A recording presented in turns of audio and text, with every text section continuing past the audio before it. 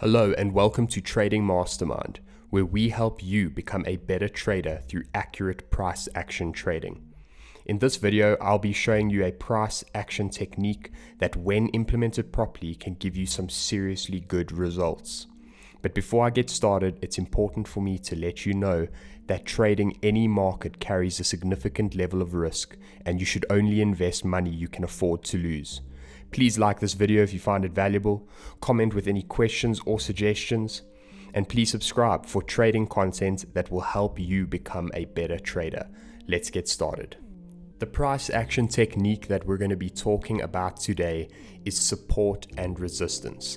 And yes, while this is basic, a lot of traders get confused with how to trade support and resistance properly and end up just blindly selling or buying the market when the price approaches a level of support or resistance. What I'm going to be showing you here today is how to correctly trade support and resistance. Let's get started. So in this example, you can clearly see a level of resistance and a price pattern of a double top has formed. Let's mark off the area of resistance just so you can see it clearly. Now you can mark off levels of resistance using a horizontal line like this, or alternatively, you can use a zone, which I can place using a rectangle. And a good place to place the zone will be throughout all the wicks. So as you can see, we've got these wicks over here as well. And that would be our area of resistance. For this example, I'm going to use horizontal lines though, just so we can get through everything a little bit faster. Okay, so as you can see, price is trending to the upside, creating higher highs and higher lows, until it gets to this point where you can see there is a clear level of resistance. Now, an area like this over here, you may have perceived as an area of resistance. And this is exactly why we don't want to just blindly sell on areas of resistance or blindly buy on areas of support. Because as you can see, when price was over here and these candles had not happened yet, you may be thinking this is an area of resistance and you may have just sold. And as you can see, that would have been a terrible idea because price did shoot up. So what we do in situations where we come to an area, for example, like this of resistance, is we wait for a clear trend change and other price action confirmations before we take a sell position. And this is how we do that. So we've marked off our area of resistance. What we now need in order to place a trade is for price to change in terms of the trend. So the trend is up. And what is an uptrend? Higher highs, higher lows. Higher highs, higher lows, higher highs, higher lows. Okay, what we need for a trend change is we need a lower high and a lower low, lower high, lower low. So in this area over here, you can clearly see the trend has changed, but we want to hop in as early as we possibly can so that we can maximize our potential profits. So what has happened is we've got our area of resistance forming a double top. We have now marked that off as our area of resistance. What we are then going to look at is for our next level of support to be broken and then retested for a trade. If it gets broken and not retested, we do not trade. And if it does not get broken at all, we do not trade. So as you can clearly see, this is our last low level of support forming our higher low in the uptrend. So we've got our higher high, higher low, higher high, higher low, and then we have our resistance being found. What we then need is for our previous higher low to be broken and retested. So we mark off our higher low. And what we're also doing is we're not waiting for just a break in order to take this trade. We are waiting for a clear break and retest with some form of a candle signal before we are looking to take this trade. And as you can see, after this candle right over here, we would have taken our trade. We place our stop losses above the highs and we go for at least a 1-to-1 risk reward. So on this particular setup, we have had our break of the previous support, a retest forming a brand new resistance, and a clear candle signal showing that we're now going to the downside.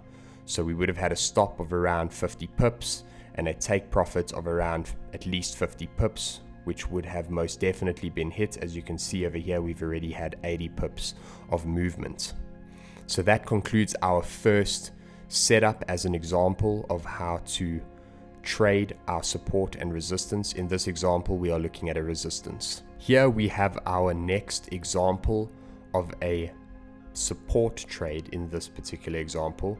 And as you can see, we have found an area of support right over here. Let me go back and just show you right over here. We may have perceived this as an area of support.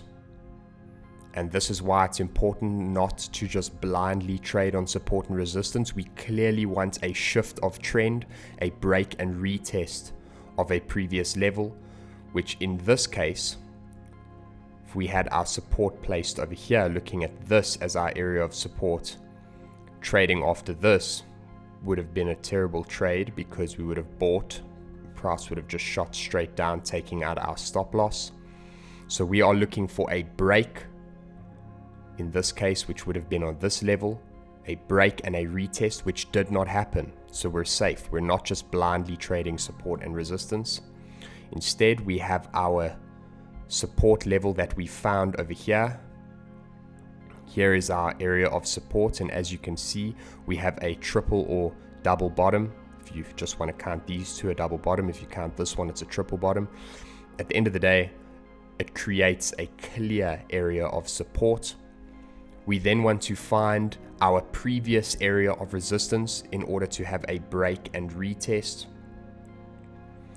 And in this case, here is our previous area of resistance. If you want to draw a zone, in this case, let's draw a zone just to clearly show where the entire area would be. You can start with these wicks over here.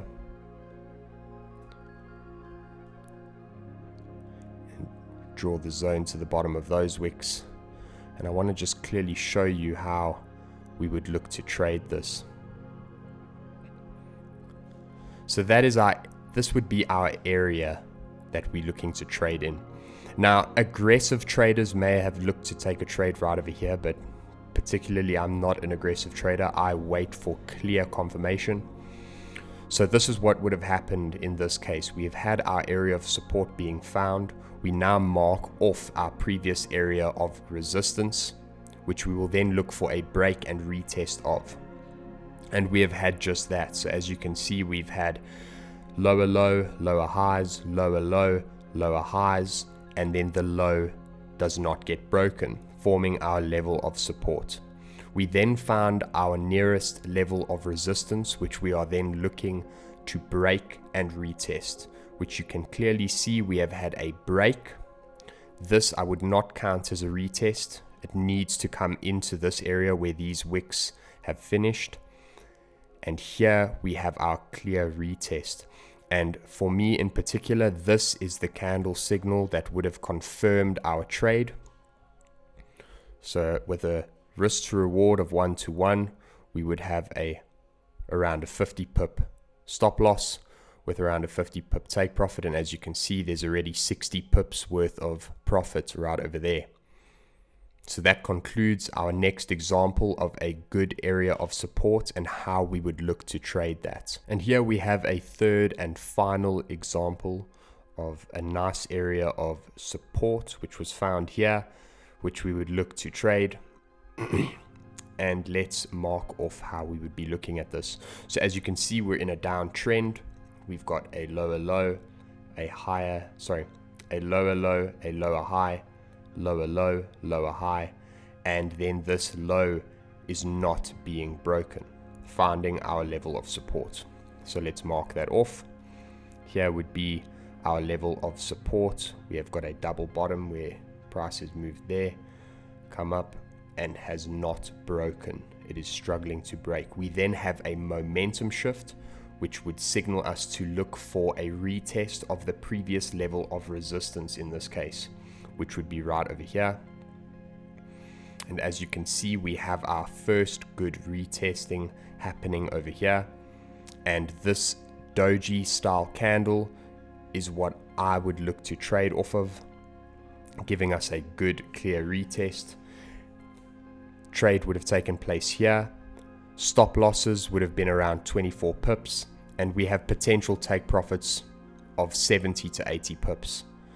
That concludes our third and final example setup, and that's how you would look to trade support or resistance. Always remember, do not blindly trade support and resistance, because you will find support and resistance everywhere. What you need is extra confirmation. You need a momentum shift, you need the trend to clearly change, and you want a retest of the previous level that has now been broken that confirmed the momentum shift. I hope you found this video helpful. If you did, please give it a like, comment down below with any questions or suggestions you may have for future videos, and good luck with your trading.